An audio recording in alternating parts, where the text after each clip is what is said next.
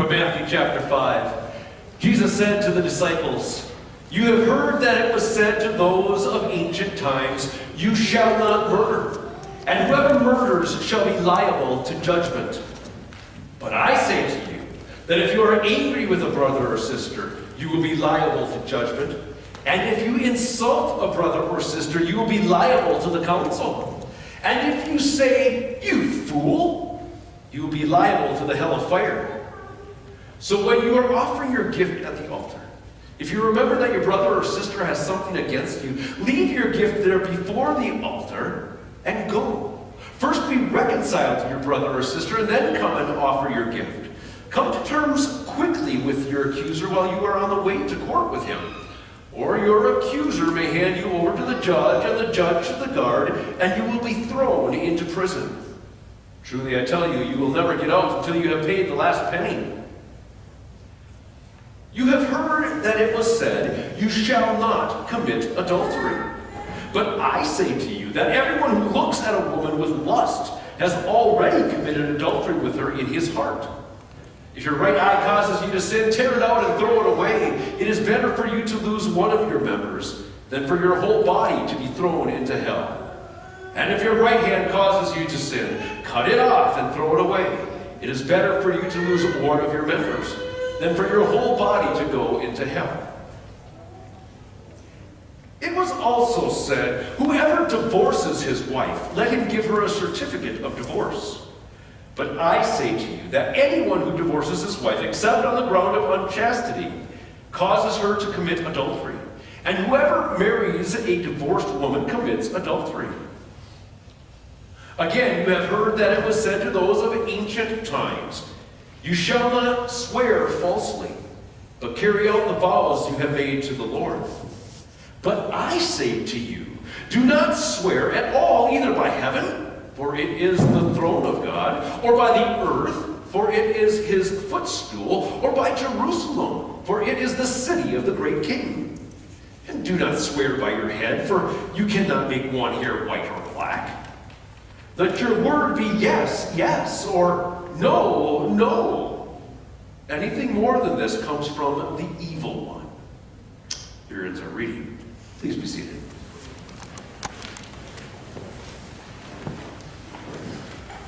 As it is Valentine's Day in just 2 days, gentlemen, ladies too, Valentine's Day in just 2 days. See, you didn't think that this was a full-service congregation. I'm saving fights here. It's Valentine's Day in 2 days, and since it is, I want to share with you the story, it might be legend, but the story of the origin of Valentine's Day. Valentine is the name of a priest who lived in Rome during the 3rd century, a time when Christianity was illegal. The emperor, Claudius was his name, was having a difficult time raising an army because so many of the young men did not want to leave their wives and their children. So Claudius made marriage illegal. In defiance of this law, Valentine continued performing wedding ceremonies. Well, one night he was caught. He was thrown into jail and he was sentenced to die. Many of the young people with whom he had been in conversation and whose weddings he had performed came to the window outside of his cell. And they threw flowers, probably a dozen roses, threw flowers and cards, probably from Hallmark, to Valentine. Well, one of these young people happened to be the daughter of one of the prison guards. And this prison guard allowed his daughter to go into the cell and sit with Valentine. After his execution on February 14th, 2 days from today, flowers, cards, a note was found in his cell addressed to this young woman. He had signed it, "Love from your Valentine." As far as we know, it was not romantic love, but it was the kind of love that God calls each and every one of us to have. Jesus said that the greatest commandment was to love the Lord your God with all your heart, soul, mind, and strength. The second was like it, to love your neighbor as yourself. Jesus said, love one another. By this they will know that you are my disciples, that you have love for one another. All the commandments can hang on that one word, love.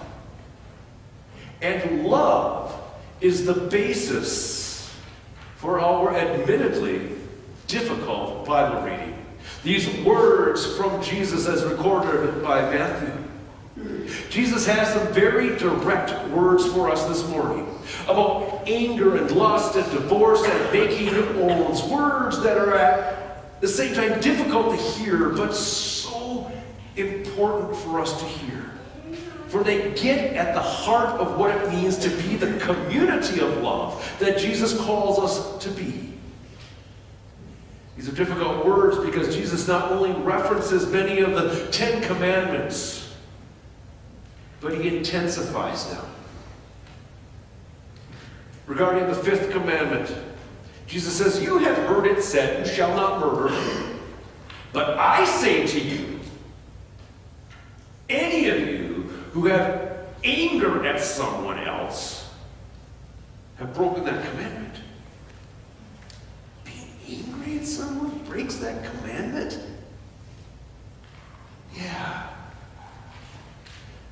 It's a smoldering anger, the word he used for anger. A smoldering anger. An anger that's tended and nurtured and held on to you. Oh, maybe you know that kind of anger in your own heart.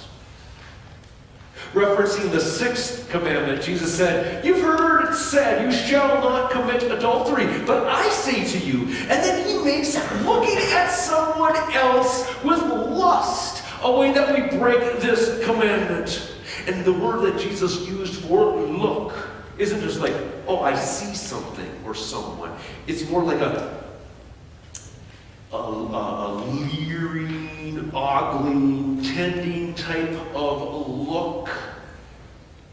If you do that kind of looking, it's the same as adultery, is what Jesus said. Finally, referencing the 8th commandment about bearing false witness, he said, you have heard it said not to swear falsely. And by swearing here, it's not cussing, using those kind of words, but making oaths. But I say to you, do not swear at all. Not on your mother's grave, not on a stack of Bibles, not cross my heart, hope to die, stick a needle in my eye. None of that. You see, in all these things, we have a decision to make. We've got a choice to make. How are we going to behave? What words am I going to use? What am I going to do? And I'm thinking about that first Bible reading today, and with the kids, what are you going to choose? Choose life, is what the text said, right? Choose to obey God. All right, I don't know about you, but when I hear reference to the commandments, like today, I feel a little guilty because I am guilty. But at the same time, having acknowledged that now, I feel just a little bit indignant. I mean, come on, Jesus. I haven't pulled the trigger and killed someone, and you're telling me because I get angry from time to time. I did go through anger management class back in 2001, that I committed murder? Come on now, what's going on? Well, what's going on is that Jesus intensifies these commandments and he expands them. Because breaking these commandments tear at the very fabric of a community and of a people who are to be grounded in love. And if you're taking sermon notes, confirmation students, let me repeat that. Jesus expands and intensifies the commandments because breaking them tears at the fabric of a community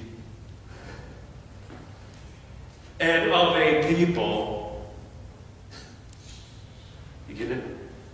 Which are to be grounded in love. Every once in a while, I try to help the confirmation students, it's how we learn to listen to sermons.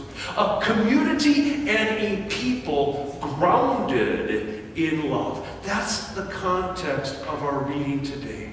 That's the context of the whole Sermon on the Mount that we've been spending several weeks in Matthew 5, 6, and 7. Jesus is talking about what a community of love looks like. How to be kingdom of God people. How kingdom of God people are to live in love. How we are to live in love in the here and the now. How heaven-bound people are to live this side of death. Now, just a minute. There's an important distinction there. The lifestyle described in our Bible reading, this life of love, is not what we got to do to get into heaven. It's how we're to strive to live now. Because Jesus has taken care of eternity. Keeping these commandments, the expanded commandments, living in love is not what we got to do to get into heaven. It's how we live now. It's how we choose to live now. That abundant life right now. Because God has taken care of eternity. A story. There were once 10 war-hardened soldiers. They'd all died in battle, and they found themselves at the pearly gates of heaven. And of course, you know who comes out. It's none other than St. Peter. And Peter said, well, you guys just sit down here at these desks. It's time for your test. There are simply 10 questions. The answer is either a yes or a no. They're based on the 10 commandments. So let's get started. Question number 1. Did you love the Lord your God with all your heart, soul, mind, and strength?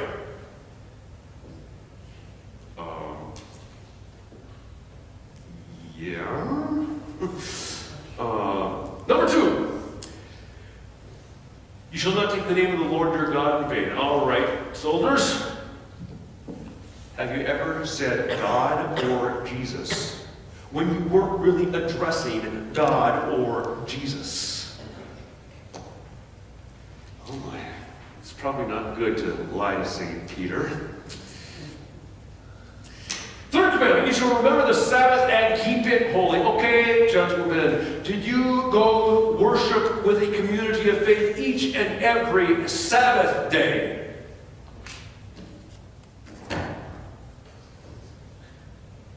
Fifth commandment.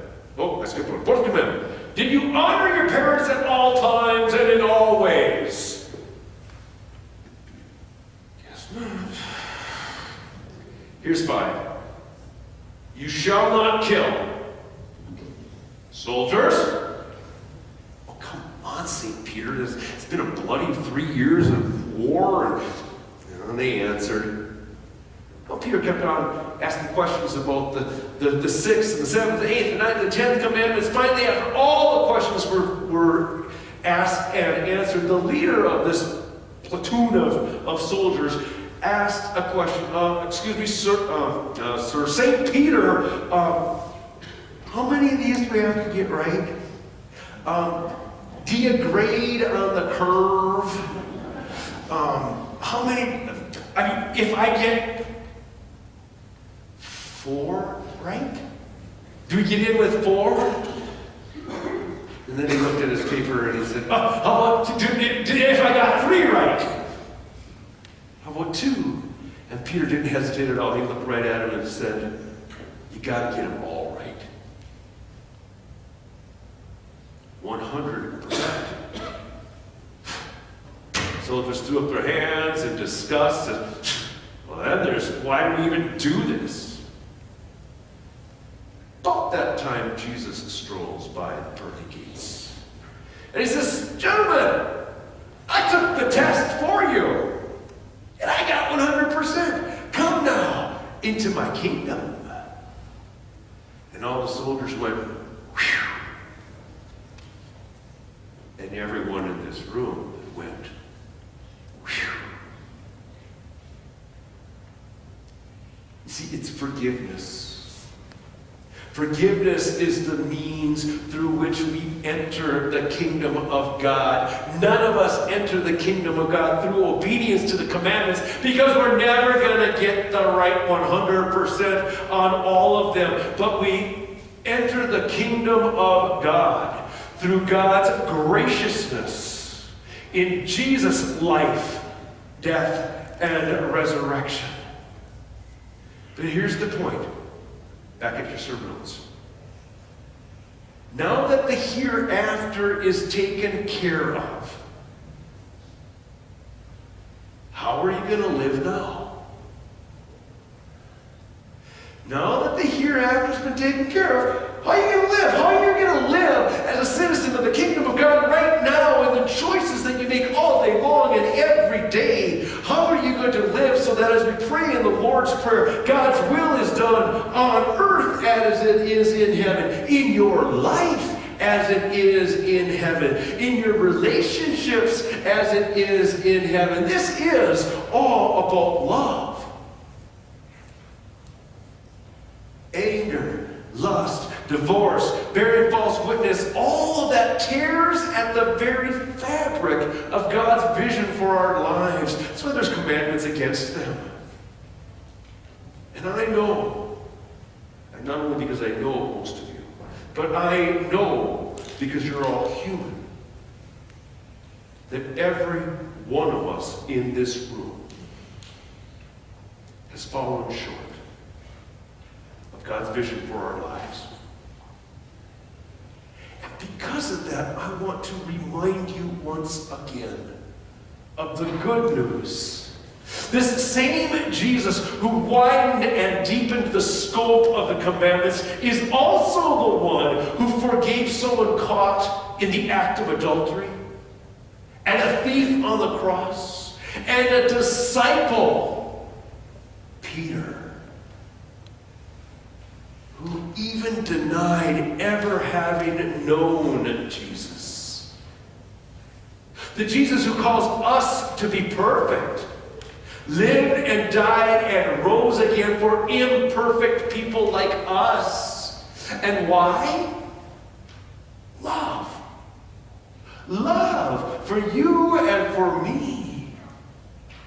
And now just 2 days before Valentine's Day, you're running out of time, he calls us to live lives of love. To choose to love in all circumstances. Amen.